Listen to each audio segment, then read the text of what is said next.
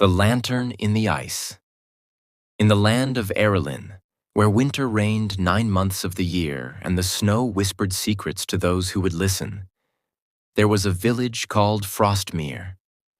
It stood on the edge of the frosted sea, where the waves froze mid-crash and the wind carried the taste of salt and sorrow.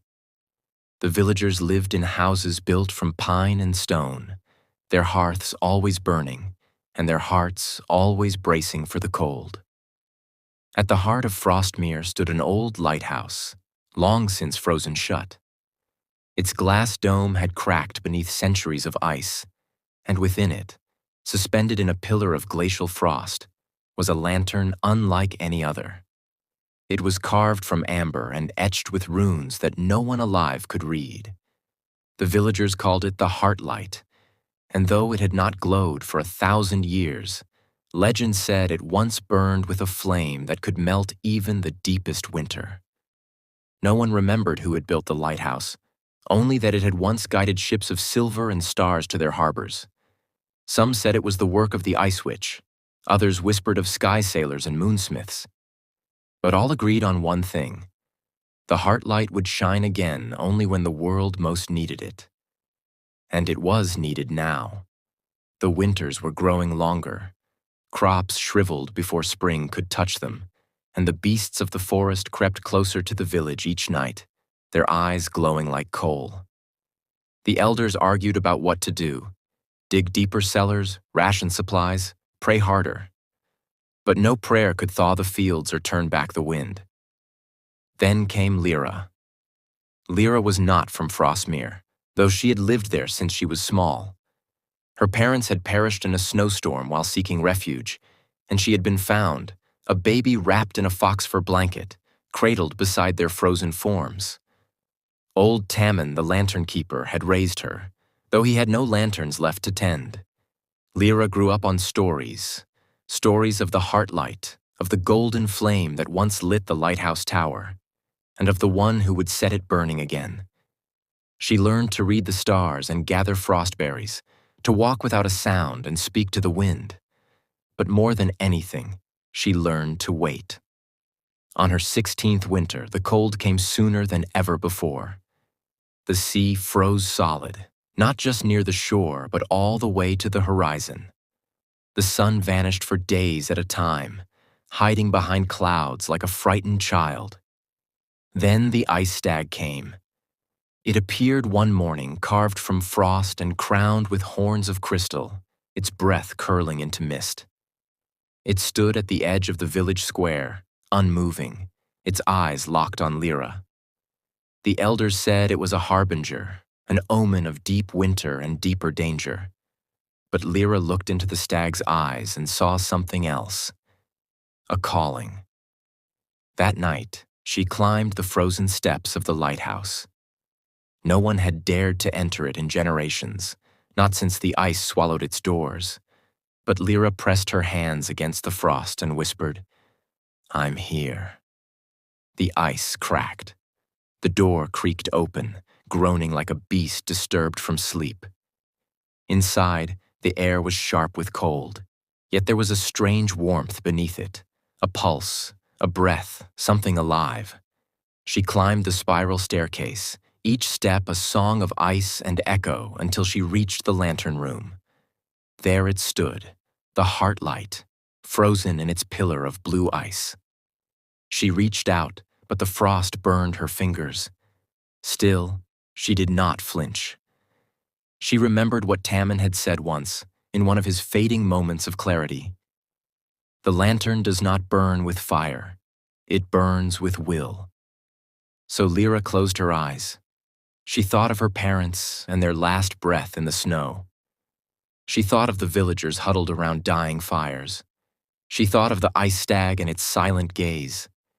And she let herself want, not just warmth, but hope, light, life. A crack echoed through the chamber. The ice around the Heartlight split. The runes glowed faintly, then flared with golden light. The lantern flickered once, then burst into flame. But it was not a fire of heat. It was a fire of memory, of promise, of heart. It burned cold and bright, and the light poured out of the lighthouse like a star reborn. The heart light had awakened, but its awakening came with a cost. The ice that had long sealed the sea now groaned and shattered. From the north, a howl rose, not from any beast the villagers knew, but from the Frost Warden, the ancient spirit of winter who had once warred with the Heartlight's creators.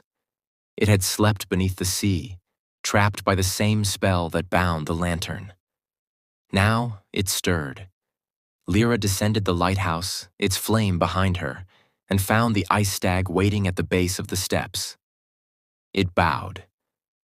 Without speaking, it turned and walked toward the forest, its hooves silent on the snow.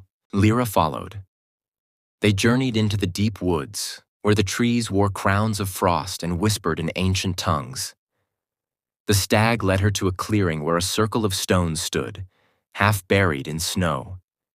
In the center, there was a pool of frozen water, and beneath it, a shape. Humanoid, tall, and still. "The Warden," Lyra breathed. The ice stag stepped forward and touched the ice with its muzzle. The ice melted slightly, revealing the Warden's face, pale as moonlight, crowned with antlers, eyes closed in cold dreams. The Warden would rise. The Heartlight alone could not stop it, but it could guide the one who might. Lyra understood, in the way one understands the turning of seasons, that she must journey beyond Frostmere, beyond the sea, to the lost places where fire still remembered its name. So she returned to the village. She told them what had happened, about the Heartlight, the Warden, and the path that lay ahead.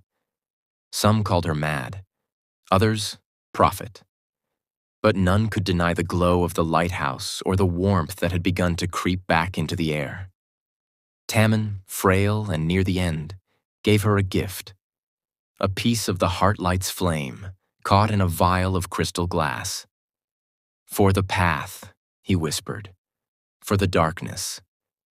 Lyra departed at dawn, riding the ice stag across the frozen sea. They passed the wrecks of old ships, their masts splintered like bones, and the bones of sky whales trapped in the ice. They passed mountains made of frost and valleys that echoed with ghost song. And finally, after 7 days and 7 nights, they came to the Ashen Gate.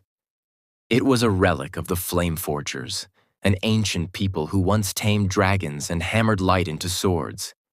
It stood half-collapsed, ringed with statues that wept molten tears. Behind it lay the Cinderlands, where fire still lived, but only just. Lyra passed beneath the gate. The land beyond was black and smoking, the ground cracked and breathing heat. Here, the cold could not follow, but neither could comfort. The air tasted of ash and endings. She walked for days, the Heartlight's vial glowing faintly at her side. In a ruined hall of obsidian, she found them. The last of the Flame Forgers, with eyes like burning coals and hands that could shape steel with thought. They listened to her story in silence, then took her to the oldest forge. Here, they offered her a choice. "Light alone cannot stop the Warden," said the Forger King. "But flame, bound to will, may." They would forge her a weapon, a lantern blade, one that held the flame of the Heartlight but could be wielded in battle. But to make it, she must give something of herself. "A name," they said. "Your true name." Lyra hesitated. Names held power. Her name was the last gift of her parents, the last tie to her old life. But she thought of Frostmere, of the lantern, of what waited beneath the ice. She spoke her name. The forge flared. The hammer fell. Sparks danced like fireflies. And when it was done, they gave her the blade, a lantern bound in silver, its handle wrapped in braided frostvine, its flame bright as dawn. She returned to Frostmere with the wind at her back and the stag at her side. The Warden had risen. It stood taller than trees, cloaked in snow and crowned in storms. Its eyes were pits of endless winter, and where it walked, the land died. The villagers fled to the lighthouse. Lyra stood in its path. The warden spoke in a voice like avalanche and echo. "Why do you resist? The world is tired. Let it sleep." She raised the lantern blade, because there is still warmth, still light. And she struck. The battle shook the sky. The lantern burned with all she was, her fears, her hopes, her love for the village, her grief for her parents, her longing for spring. Each blow sang with memory and defiance. At last, she drove the blade into the warden's heart. It howled, not in rage, but in release. And then it was gone, melted, returned to the snow it once ruled. The heart light flared above, golden and eternal. Spring came early that year. The sea thawed. The crops grew. The people danced in the light of the lantern that no longer burned just with fire, but with love and will and memory. Lyra returned to the lighthouse, where Tammann's chair sat empty and waiting. She lit the lantern each evening and watched the sea. Sometimes she saw ships of silver and stars. Sometimes she dreamed of fire and frost. And sometimes, when the wind was just right, she could hear the distant sound of hooves on snow. She was the lantern keeper now, and the heart light would never go dark again.